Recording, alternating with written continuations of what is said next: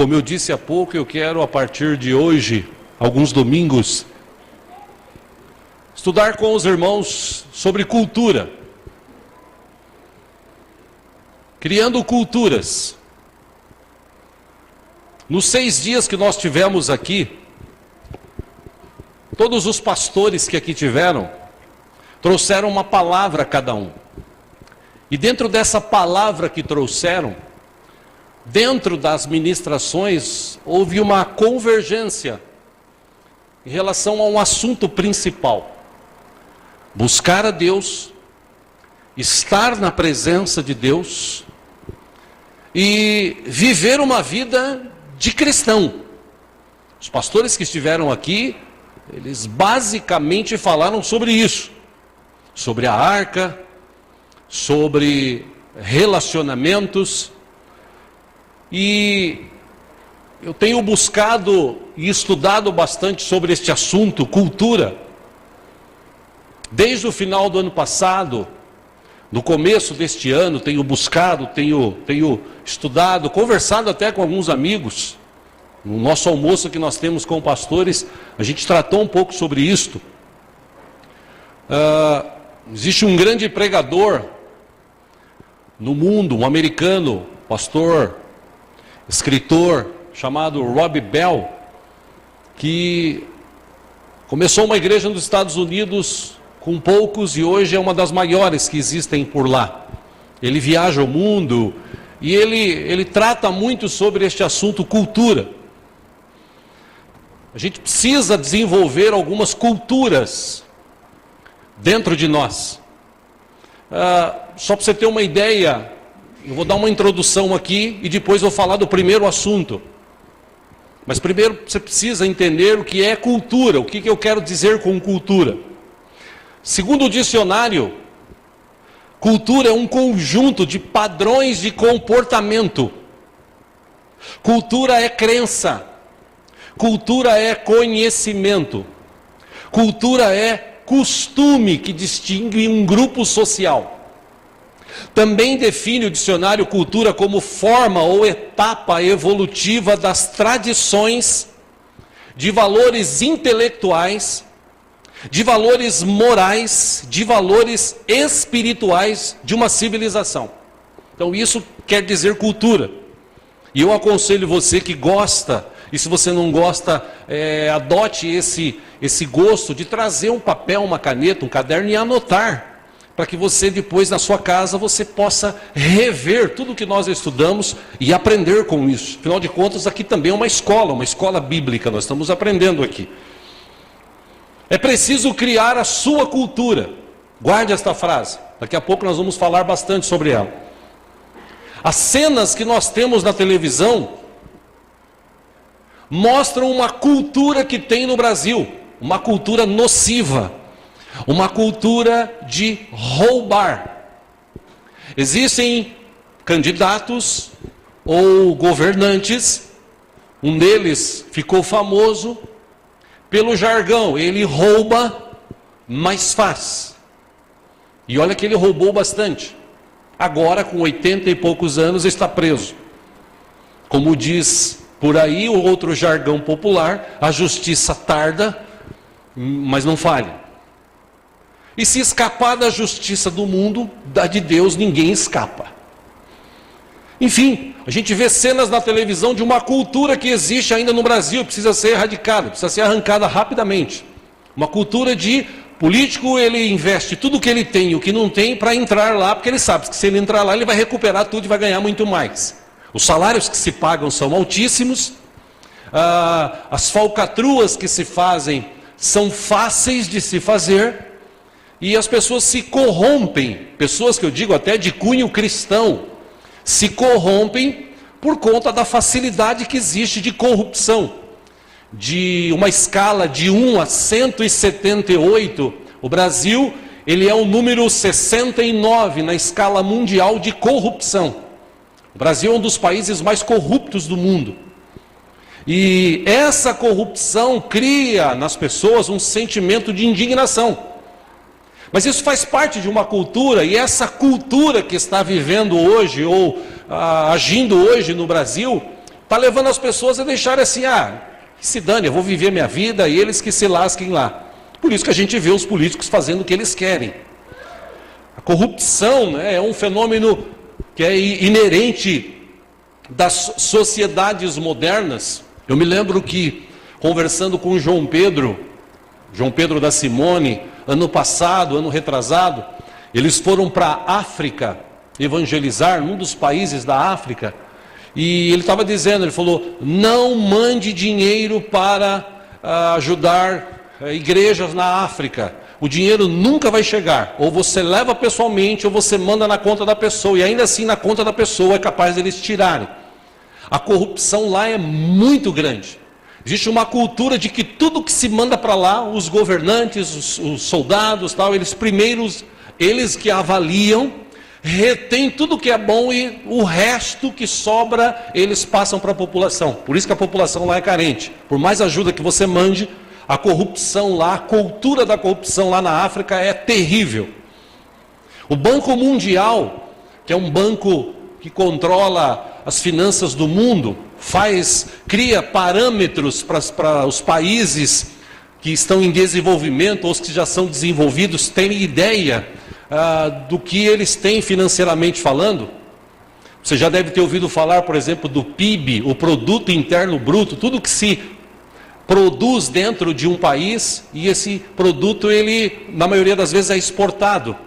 Existe a tal da balança comercial e o país que ele consegue vender mais do que ele importa, ele tem um superávit. Nesses últimos anos, o Brasil ficou no déficit.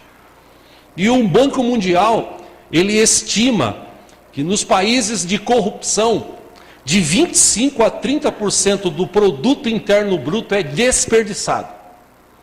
Falou que nos países onde a corrupção existe um controle, esses índices não ultrapassam 3%. E é aí que reside a grande diferença. Isso é questão de cultura. Por exemplo, na Espanha, um vereador, ele se candidata a participar de um pleito, de uma eleição, e quando ele ganha, o trabalho dele é voluntário.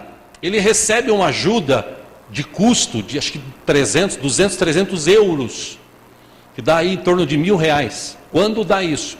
A maioria deles fazem por ideal, é a cultura lá. Na Europa, a maioria dos países, os políticos de nível mais baixo, o que eles fazem por um ideal, é a cultura deles. A cultura no Brasil eu quero entrar lá, porque eu entrando lá eu vou ganhar um bom salário. Se eu conseguir ser eleito 2 vezes em 8 anos, eu me aposento com o valor teto máximo. Essa é a cultura do Brasil. Essas são as leis do Brasil. Então, criou-se uma cultura no Brasil, um jeitinho de roubar. A chamada lei de Gerson. Todo mundo quer levar vantagem. Então, no trânsito, por exemplo, existem as subculturas. No trânsito existe uma subcultura assim, o mais esperto chega na frente. Então, o camarada, quando está o trânsito muito grande, dia desses a gente voltava, no Natal, voltávamos de Boituva, Castelo Branco, a partir de Sorocaba, toda parada, a gente demorou 3 horas para voltar, e sempre tem os espertos, a cultura que tem no Brasil, os espertos passam pelo acostamento. Quando existe uma polícia rodoviária, eles multam, na maioria das vezes eles não estão por ali, então os espertos criaram essa cultura, eu vou pelo acostamento e eu chego na frente de todo mundo. Existe essa cultura de ser esperto.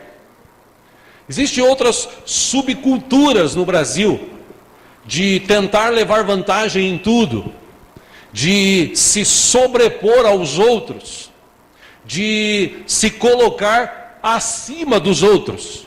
É uma outra subcultura que tem aqui. Por exemplo, existe uma cultura no Brasil de que tudo que a TV fala é verdade. E na maioria das vezes o que a TV fala é mentira. Porque a mídia brasileira, principalmente, vocês sabem, a maior delas, a Globo, ela quer comandar, ela quer determinar o que você deve usar, o que você deve comer e como você deve ser. Então, essa mídia maior, ela quer produzir verdades na população que na maioria das vezes são mentiras. Mas como existe uma cultura de olhar para a televisão e assistir o que ela diz e acreditar no que ela fala, então essa cultura se pratica hoje no Brasil. E na verdade, a maioria das coisas que se fala na televisão é mentira, ou é um fato que foi ou aumentado ou diminuído. Existe essa cultura no Brasil. Criou-se também uma cultura entre os jovens, tipo assim, jovem, você não precisa mais estudar.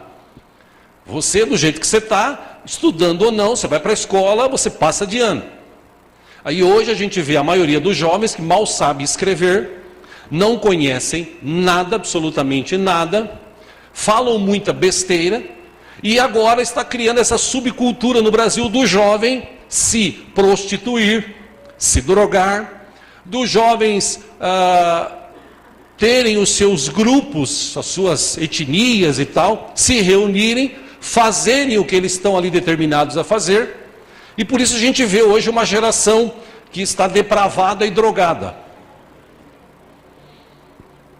Também nós vivemos num tempo, meus irmãos, de uma cultura, essa é a cultura do Ocidente, de que você precisa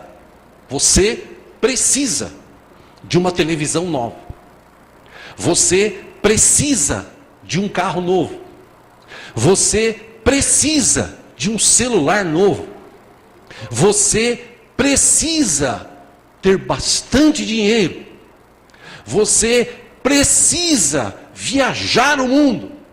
Essa é uma cultura que está sendo criada já há alguns anos no Brasil.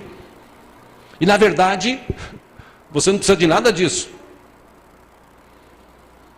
Dia desses recebi da irmã Sueli e de outros irmãos, já tinha visto, né, anos atrás, mas recebi novamente, é sempre bom, você vai lembrando, de um senhor que um dia foi questionado pelo neto. Vovô, como é que se vivia antigamente, sem celular, sem televisão, sem internet? E o vovô respondeu, vivíamos muito bem, obrigado. A gente brincava na rua. Antigamente, a gente tomava banho de chuva, não tinha problema. Antigamente, você brincava de carrinho de rolemã, na verdade. Você antigamente brincava de esconde-esconde, de pega-pega. Você tinha havia uma geração saudável. Essa geração atual, quando eu falo disso, eu me lembro daquele filme Gente Grande, que no começo do filme, um dos filhos do cara rico, ele fala, estou com vontade de tomar um chá, e ele manda um torpedo para a babá que está na cozinha, para ela trazer para ele um chá. E o pai fica indignado, fala, pô, pera um pouquinho, você está ali na cozinha, é só você chamar, ela traz. Não, mas eu mando um torpedo. E essa cultura que está sendo criada hoje, tem destruído muitas famílias, tem afastado muitos pais dos filhos, tem deixado os pais preocupados em comprar tudo que tem para comprar, e o principal que a gente tinha antigamente, era a cultura de antigamente, os filhos respeitavam os pais gastavam tempo corrigindo os filhos, aliás isso é bíblico, é uma cultura bíblica, mas infelizmente, no nosso tempo, os pais dão de tudo para os filhos e esquecem de se sentar com ele e mostrar a realidade da vida. Conversar, ensinar. A Bíblia nos ensina a cultura dos judeus, a cultura dos hebreus, israelitas, dos judeus. Era que eles haviam sido ensinados por Moisés e dizendo o seguinte, vocês têm que ensinar os seus filhos. Por que vocês têm um Deus? Por que vocês eram escravos? O que esse Deus fez para nós? Já que nós éramos escravos e Ele tirou a gente da escravidão e nos levou para uma terra que mana leite e mel. Por que Deus fez isso? Aliás, começa no princípio. Por que nós éramos escravos? Para quê? Para que aquela geração ensinasse a outra, que ensinasse a outra de que existe um Deus vivo, esse Deus é poderoso, e quando a gente o serve de todo o coração, de toda a alma, de todo o entendimento, é impossível Ele deixar a gente na mão. Era isso que eles tinham que ensinar. Essa era a cultura. Irmãos, cultura se cria sempre por uma pessoa, sempre por um grupo, sempre por uma nação ou um ditador. Por exemplo, você deve ter ouvido a cultura que está sendo criada agora na Bolívia, que as igrejas evangélicas não podem mais cultuar a Deus. Não podem mais sair na rua evangelizando. Essa é uma cultura que o novo, ou o presidente de lá, se autodenominando presidente, pelo que eu soube, ele criou um decreto que ele vai ser presidente nos próximos 20 anos. Então, nos próximos 20 anos, ele vai fazer o que ele quer, como ele fez. Aliás, um adendo, até hoje eu não engulo a posse que ele tomou da propriedade da Petrobras, que foi construída lá com muito custo, com dinheiro meu e seu. E o presidente da época simplesmente deixou para lá, liberou. Isso não deveria jamais ter acontecido. Aquilo teve um custo, saiu do nosso bolso. Enfim, a gente está vivendo em meio a culturas. Acho que já deu para você entender o que é uma cultura. A gente vive estas culturas aqui no Brasil e no mundo. Eu poderia te citar de outros países as culturas que eles têm, as coisas que eles criam, as coisas que eles vivem. E aí no meio da igreja do século 21, falando da gente, existem algumas culturas que foram criadas. Eu não vou nem falar aqui das coisas que se vende por aí nas igrejas hoje, que isso está virando uma cultura já. Estão matando o sacrifício de Jesus. Enfim, também não vou aqui falar dos obreiros que se autoconsagram, porque hoje tem cara que se autoconsagra, bispo, apóstolo, pastor, ele vai ali, abre uma igreja, porque, como dizem por aí, grandes igrejas ou pequenas igrejas, grandes negócios. Então, como o cara quer, não estudou, ele não tem formação nenhuma, então ele vai abrir uma igreja, porque igreja, dizem por aí, que dá dinheiro. Eu me lembro uma vez, um rapaz que me encontrou, depois de alguns anos, lá no Shopping Center Norte.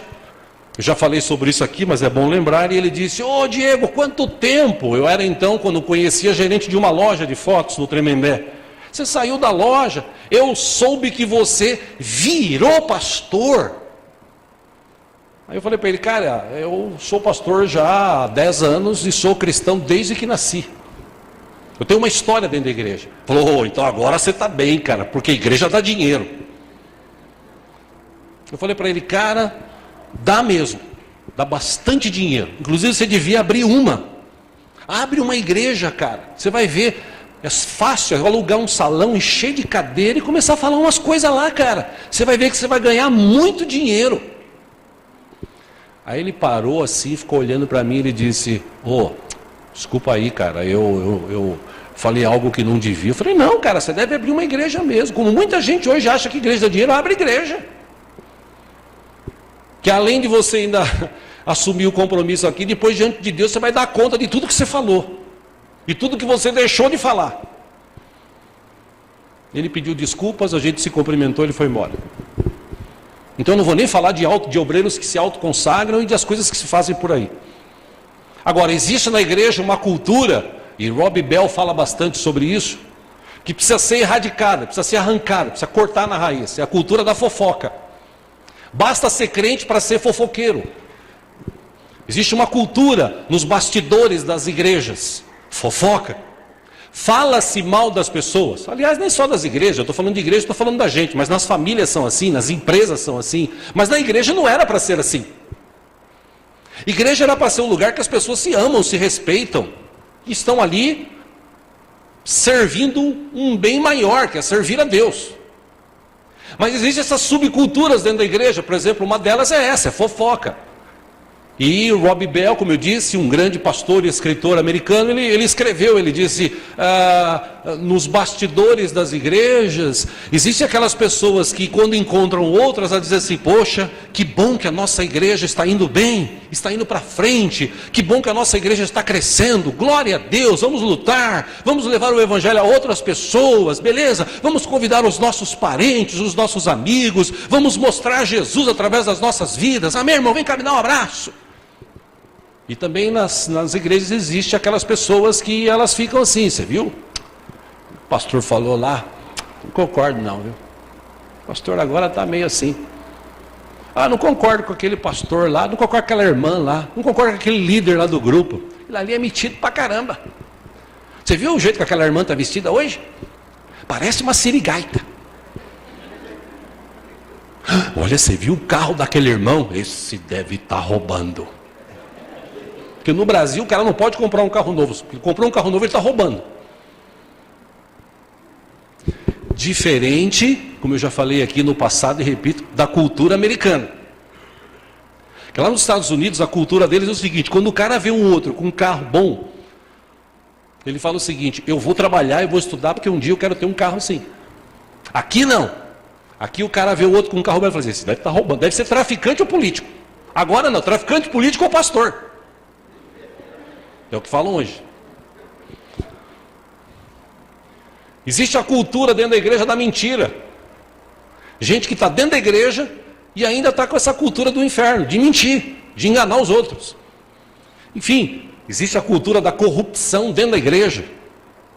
E o interessante, meus irmãos, que como a Bíblia ensina, e também, como eu disse aqui, estou citando Rob Bell, e um dos que eu quero falar ainda nesta série de mensagens de cultura, vou falar de John Wesley. Mas eu estou falando de Rob Bell. Rob Bell, ele disse o seguinte: nessa cultura que a gente se vive hoje, ou que se vive hoje, John Wesley e outros pregadores do passado falaram o mesmo, a igreja deveria influenciar o mundo. A igreja, que somos nós, quem faz parte da igreja de Cristo aqui? Então, a igreja, que somos nós, deveria influenciar o mundo, com as nossas atitudes, com as nossas palavras e com o nosso jeito de ser. Mas hoje a gente vive a contracultura, ou seja, o mundo está influenciando a igreja. Antigamente havia uma cultura, 25, 30 anos atrás, que quando um empresário ou uma empresa fosse contratar alguém, eles davam preferência para pessoas que eram cristãs. Por quê? Porque cristão antigamente, ele não chegava atrasado. Cristão antigamente, ele não inventava mentira, não pegava na esquina ali na Lapa ali tem uns lugares que se você quiser você arruma, né? Santo Amaro, tal. Aquelas que o médico dá, né? O médico, você quer quantos dias? Eu quero 3 dias. Beleza, tô aí. Antigamente os crentes não faziam isso. Antigamente os crentes trabalhavam com louvor. Antigamente os crentes, eles faziam diferença. Hoje, no Brasil e no mundo, isso é fato, você pode pesquisar na internet. A maioria das grandes empresas, quando a pessoa fala que ela é evangélica, eles deixam a ficha dele por último. A não ser que seja muito bom no que faz. Porque hoje os cristãos estão sendo influenciados pelo mundo. E para a gente conseguir mudar uma cultura, segundo estudos, estatísticas, é preciso, demanda tempo e esforço, vontade. Agora, se a gente ler e observar textos bíblicos, a gente vê o que Jesus ensinou. Jesus trouxe uma nova cultura. Isso é fato. Qual era a cultura da época? A cultura da época era o seguinte: eu sou judeu, Deus é o Deus da minha vida, você é gentio, porque todo aquele que não é judeu é gentio, inclusive nós. Você é gentio, então o Deus que eu tenho não conhece você, não chega até você. Fato. Então, na minha cultura, o Deus é o meu Deus, Ele é o meu Senhor, Ele me ajuda, Ele me enriquece, Ele me abençoa, porque eu sou judeu. E porque eu sou judeu, eu sou diferente dos outros. Essa era a cultura da época. Então as sinagogas elas eram voltadas apenas para judeus. Um gentio dificilmente tinha acesso às sinagogas. E quando Jesus veio e trouxe uma nova cultura, que veja, entenda, Jesus não veio mudar a lei. Jesus não veio mudar, ele mesmo disse: eu não vim mudar a lei, eu não trouxe uma nova lei, eu trouxe uma nova cultura. Que cultura é essa? O que a lei dizia? Quando levaram aquela mulher, olha, Moisés mandou que toda aquela mulher, aquela pessoa que fosse pega no adultério, tinha que ser apedrejada. Jesus falou: beleza. Qual é a cultura que ele trouxe? Se você não tem pecado, chega o aço, taca a pedra. Aqueles caras pensaram, cheio de pecados, jogaram as pedras e saíram. Aquela mulher olhou para Jesus, Jesus falou: filha, vá e não peques mais. Amém? E ela foi. Um outro fato, Jesus, ele trouxe ensinamentos para aquelas pessoas. Isso você buscar nas parábolas de Jesus. Por exemplo, ele disse: o que os judeus fazem? Eles vão na igreja, chega lá, eles se colocam diante de Deus e falam assim: eu sou judeu, eu sou servo de Deus, eu não sou que nem esse cara aqui não, esse aqui é pecador, eu não, eu dou o dízimo, eu venho aqui nos cultos. Aí Jesus fala: tinha um outro do lado dele, e sempre um samaritano, né? Sempre um de Samaria ou daquela região, porque eles não se bicavam, era judeu também. Aí ele diz o seguinte: Pai, tem misericórdia de mim, porque eu sou um pecador, ainda assim eu te amo, Deus. Aí Jesus fala para os seus discípulos: qual dos dois foi justificado? Um deles disse: eu suponho que aquele que se humilhou, né? Pois é, então agora vai e faz igual. A verdade, meus irmãos, é que Jesus veio estabelecer uma nova cultura do que se vivia na época. Antigamente os caras eram classificados: esse é melhor que esse é melhor que aquele. Aí Jesus veio e falou o seguinte: não, todos são iguais, todos pecaram, todos estão distantes de Deus, todos carecem da graça e da misericórdia de Deus. Amém? Jesus não veio mudar a lei, Jesus veio cumprir a lei, mas ele disse: vamos cumprir de uma forma diferente. Amém? Entendeu até aqui essa introdução? Porque eu só comecei, tá, gente? Se Deus quiser hoje, Deus é bom. Entendeu? Amém? Cultura, nós vamos falar bastante sobre isso. Vou entrar no tema de hoje. Jesus Cristo, Ele é o mesmo, ontem, hoje e sempre. Ele é o mesmo. Quero ler com você um texto de Paulo aos Gálatas, livro de Gálatas, capítulo 5. Vamos ler aqui, texto muito conhecido, foi citado aqui por um dos pastores, ou por dois deles, se eu não me engano, nos 6 dias, mas eu quero lê-lo inteiro para a gente entender. Gálatas capítulo 5, se houver alguém sem Bíblia ao teu lado, reparta com ele a leitura, por favor.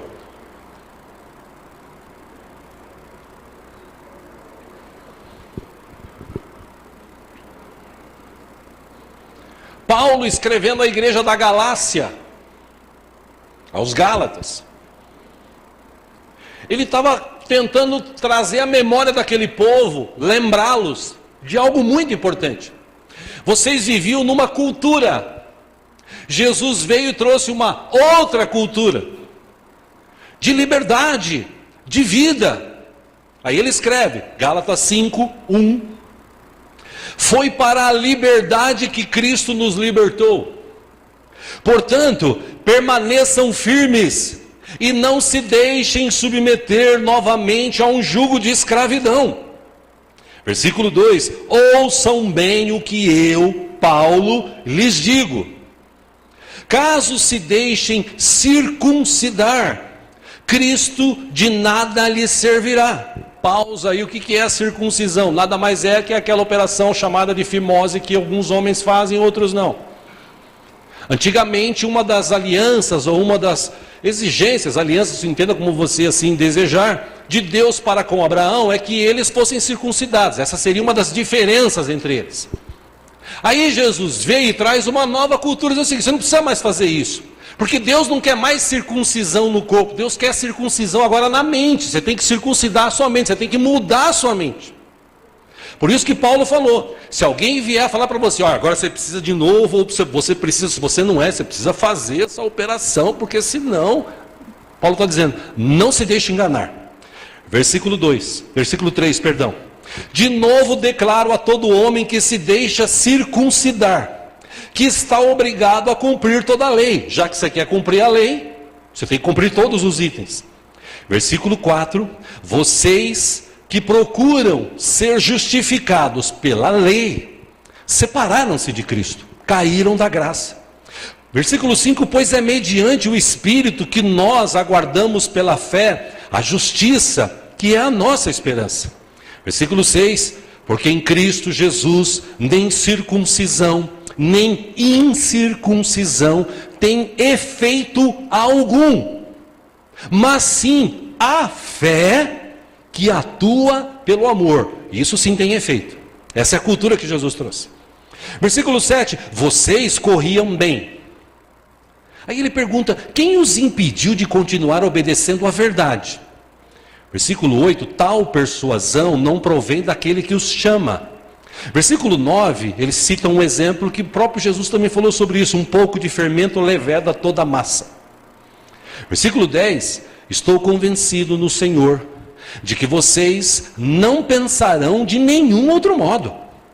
Aquele que os perturba, falando essas coisas aí e tal, seja quem for, sofrerá a condenação.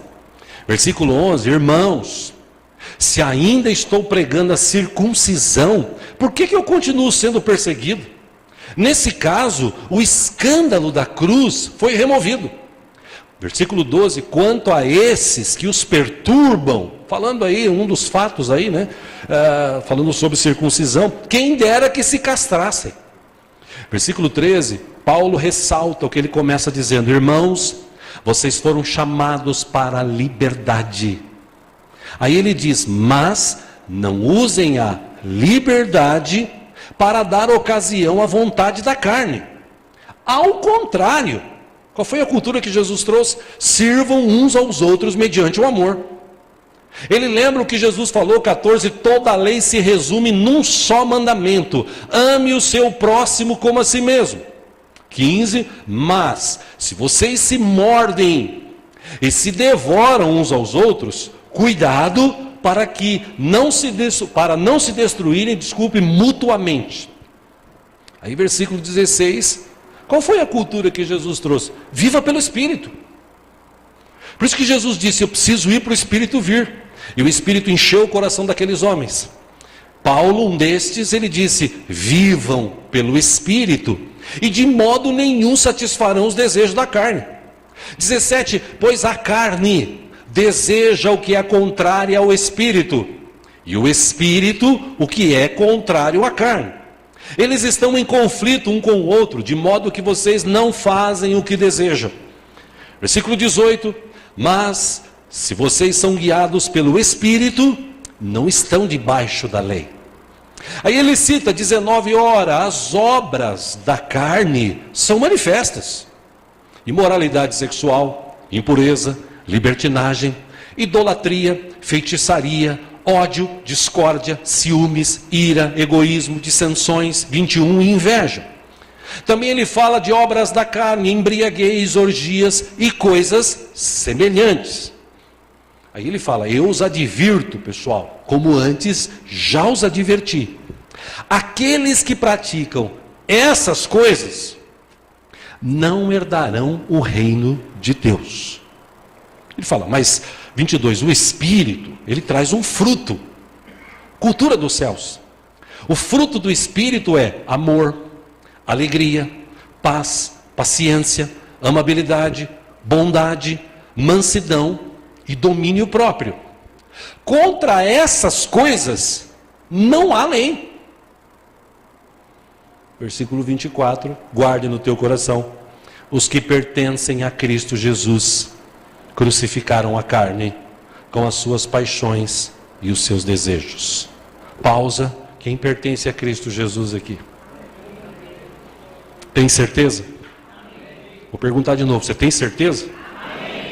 Porque Paulo está dizendo o seguinte, os que pertencem a Cristo Jesus crucificaram a carne. Não está dizendo que vão crucificar. Ele diz que os que pertencem crucificaram a carne com as suas paixões e os seus desejos. 25, ele diz, se vivemos pelo Espírito, andemos também pelo Espírito.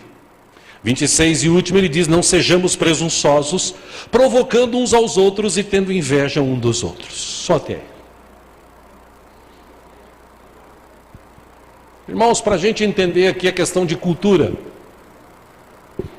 nós vivemos debaixo de uma cultura, ou vivíamos debaixo de uma cultura chamada mundana, a cultura do mundo, que Paulo relaciona aí, está bem claro, imoralidade sexual, impureza, libertinagem, idolatria, feitiçaria, ódio, discórdia, ciúmes, ira, egoísmo, dissensões, facções, inveja, embriaguez, orgias e coisas semelhantes. E ele ainda diz: eu vou advertir você de novo.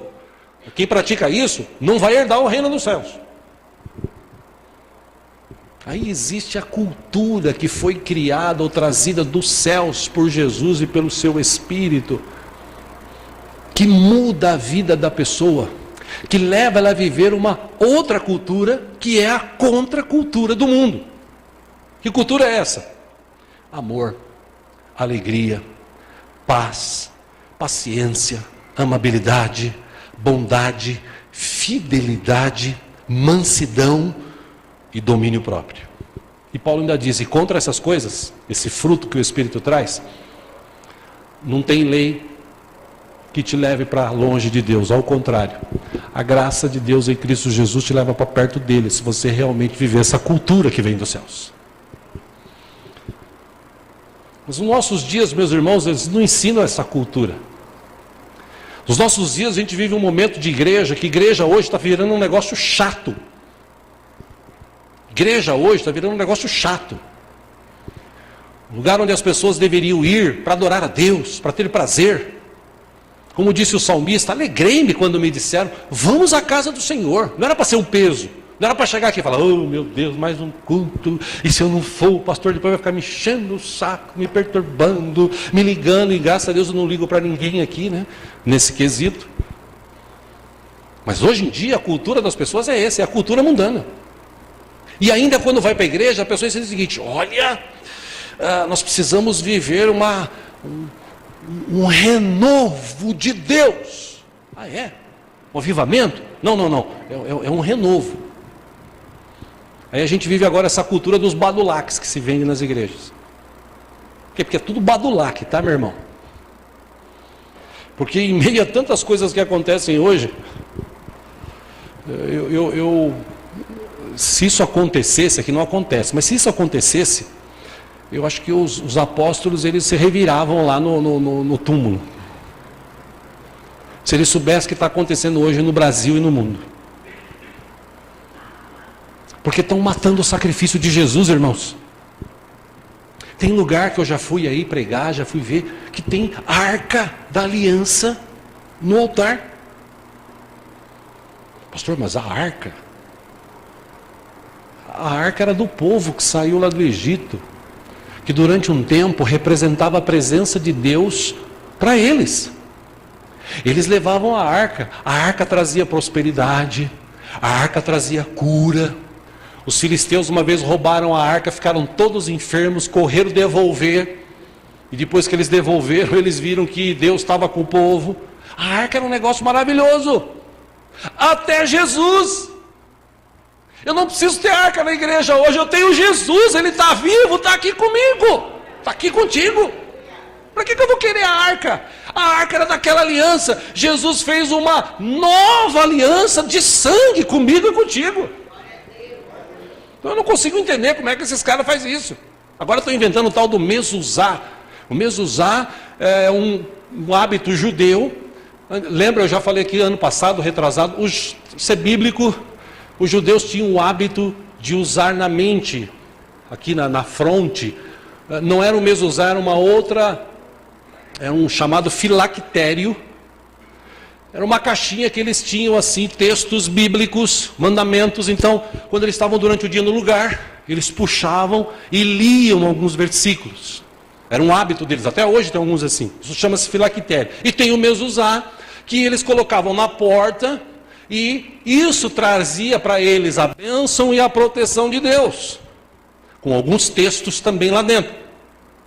Aí hoje os caras estão vendendo ou pedindo uma oferta para você ter o mezuzá, para você ter a proteção de Deus. Meu irmão, eu não preciso disso, eu tenho Jesus. Ele trouxe a bênção de Deus para mim, para nós, para toda a humanidade. Mas o povo que não conhece Bíblia, ele vai caindo nessas invenções. Aí o nome de Jesus parece que não tem mais poder. Que é o seguinte: leva essa rosa, põe lá na tua casa, que essa rosa vai trazer para você cura, paz. Nossa, e o nome de Jesus? Para que serve? Não, é só um detalhe. Pega esse sabonete e toma um banho, que o brasileiro é místico, né? É uma miscigenação de raças, aí virou assim, eu só acredito no que eu pego. Essa caneta verde aqui, acho que em nome de Jesus ela vai me curar. Peguei nela, estou curado. O povo é assim. E o povo, os caras que estão por aí descobriram isso, então é caneta ungida, meu irmão, dá uma oferta, leva essa caneta, você vai assinar grandes negócios. Meu irmão, leva esse sabonete para você tomar banho, para tirar toda a nhaca que tem no teu corpo. Irmão, leva essa vassoura, dá uma oferta para você varrer todo o encosto da tua casa. Irmão, leva o sal grosso, na pior das hipóteses, você usa lá no churrasco.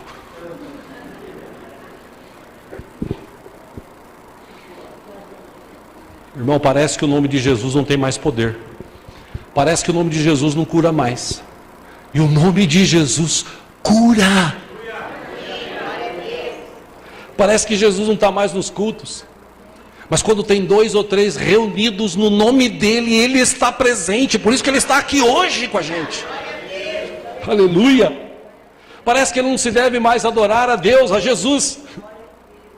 Essa cultura está sendo criada nas igrejas hoje. Irmão, parece que ele não é mais o primeiro na vida de muita gente. Muita gente hoje não tem mais Jesus como o primeiro na sua vida.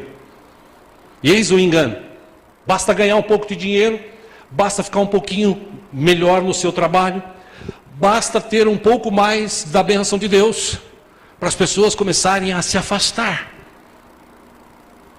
E deveriam se aproximar. E quanto mais próximo de Deus, mais a bênção dele vai ser direcionada para a minha vida. Parece que Jesus hoje é só um detalhe nas igrejas. Eu já conversei com alguns pastores, de um que eu conheço. Ano passado a gente estava junto, ele disse para mim: você sabia que a gente está errando? Eu falei: é? Como assim? A gente está errando porque a gente não deve adorar Jesus. Não deve adorar Jesus? Como assim?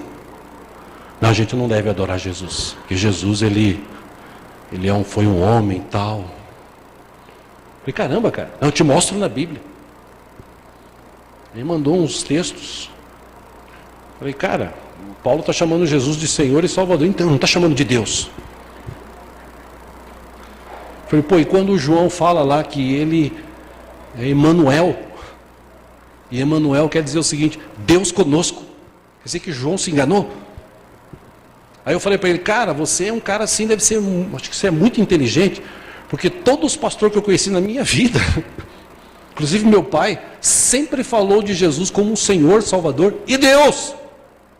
Porque ele era filho de Deus. Nós fomos feitos filhos de Deus. Ele não, ele era o único filho de Deus. Pô, filho de peixe é o quê? Tubarão? É vaca? Galinha? Não, é peixe. Deu até raiva falar com o cara. Ainda bem que ele pagou o almoço. Então eu não tive esse problema, essa despesa.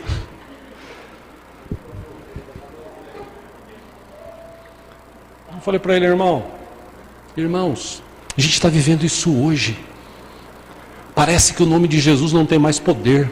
Parece que Jesus não é Deus. Parece que Jesus não é nada, é só um detalhe. Cada vez mais eu entendo aquele texto lá de Apocalipse 3, que Jesus diz: eu estou à porta e bato. Se alguém abrir, eu entro. Que parece que ele está na porta de muita igreja batendo, querendo entrar, mas as pessoas não deixam ele entrar, porque Jesus é um detalhe. E o pior é que as pessoas começam a viver essa cultura, a comprar as coisas para ter a bênção de Deus.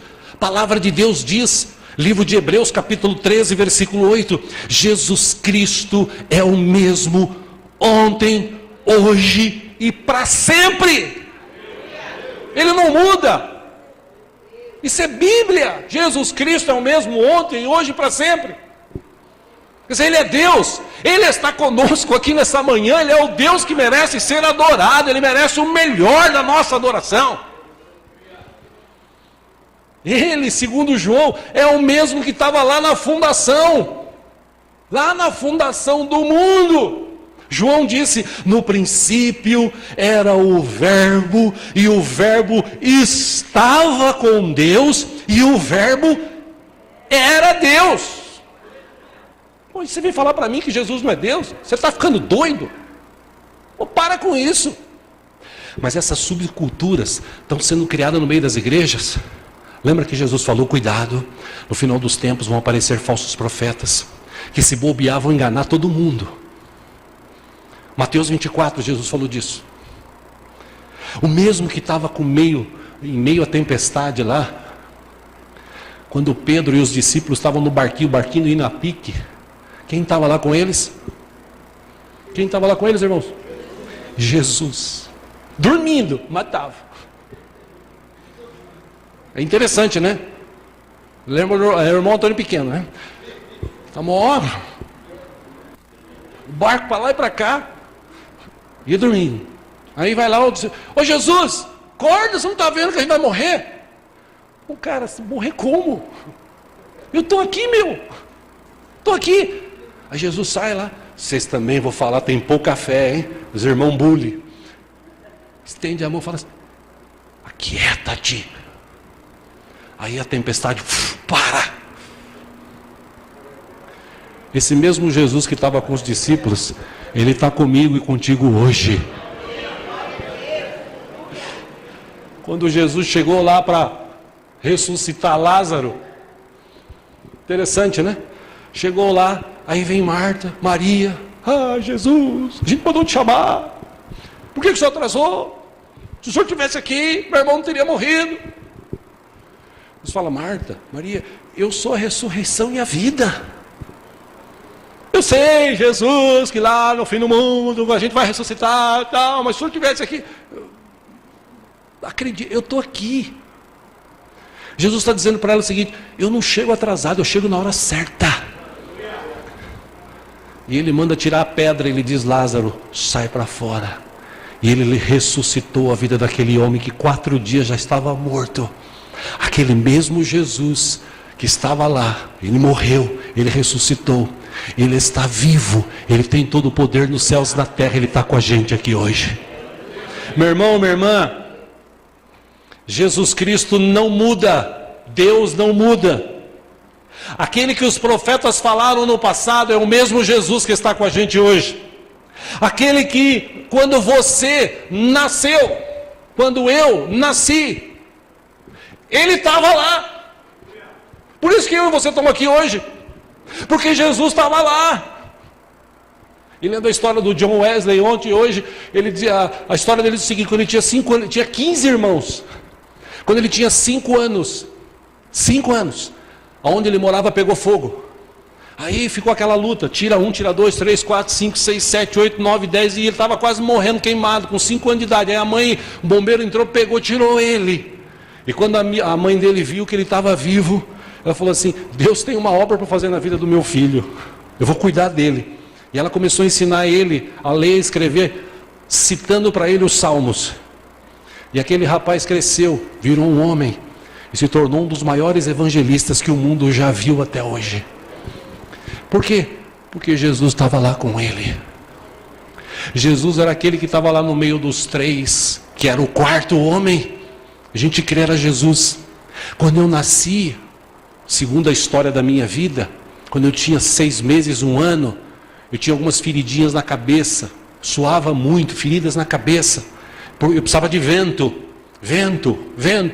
E um dia lá eu estava chorando muito. Minha mãe que me contou essa história, meu pai depois confirmou.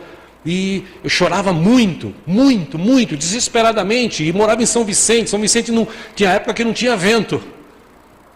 E aí meu pai me pegou no colo, levou para fora de casa e andava comigo e tal. E ele disse, Senhor, tem misericórdia, manda um vento forte. E de repente veio um vento forte. E disse que eu fiquei assim em paz. E dormi bem. E daquele dia em diante Deus curou a minha vida, por isso que eu estou aqui hoje. Ele estava lá. Ele estava lá. Ele que nos dá a vitória. É Ele que anda com a gente. Meus irmãos, Efésios, capítulo 1, versículo 3, estou encerrando aqui.